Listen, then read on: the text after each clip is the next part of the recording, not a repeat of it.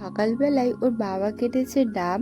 তো ডাবটার ভিতরে শাঁস ছিল। আমার কিন্তু ডাবের শাঁস খেতে খুব ভালো লাগে, জলটাও কিন্তু খারাপ লাগে না। আর সন্ধ্যাবেলা বাপিকে দিয়ে আমার নন্দাই ফুচকা পাঠিয়ে দিয়েছিল। আজকেও আগের দিনেও দেখিয়েছিলাম যে পাঠিয়ে দিয়েছিল, আবারও পাঠিয়েছে। তো এই যে 5টা বাপির জন্য সস দিয়ে তৈরি করেছি, আর মাকে আরে দিয়েছি সবাইকে। তো দেওয়ার পরে আমি ভাবলাম আজকে একটু অন্যরকমভাবে খাই, তাই এই যে চুরমুরটা আমি তৈরি করে নিয়েছি, সব কিছুকে মাখিয়ে একটু পেঁয়াজ কুচি নিয়েছি। আর এখানে সন্ধ্যাবেলা মাংস হবে বলে পেঁয়াজ ভাজতে শুরু করে দিয়েছি। আলুটা ভাজা হয়ে গেছে, ওটা মা ভেজে তুলে রেখে দিয়েছে। আর এই যে মাংসটা ধুয়ে মা রেখে দিয়েছে।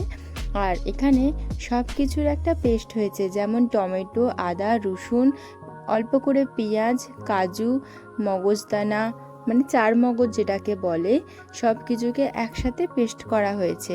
তারপর গোলমরিচ, তারপরে গরম মশলা যেগুলো লাগে সবই দেয়া হয়েছে। একটু কিষান কেচাপও দিয়েছি, টক দইও দিয়েছি। তার জন্য মাংসটা কিন্তু খেতে খুব সুন্দর হয়েছিল।